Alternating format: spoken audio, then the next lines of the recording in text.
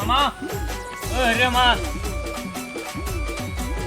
ती माझ्याकडे दुसऱ्या पुराचं डिझाईन घेतली मला ती माल मला माहितच होता भाषा दुसऱ्या पोराची निंडल बा म्हणून.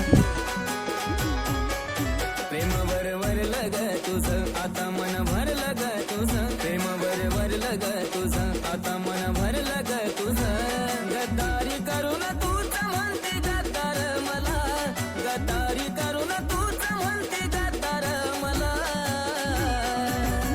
पाखरा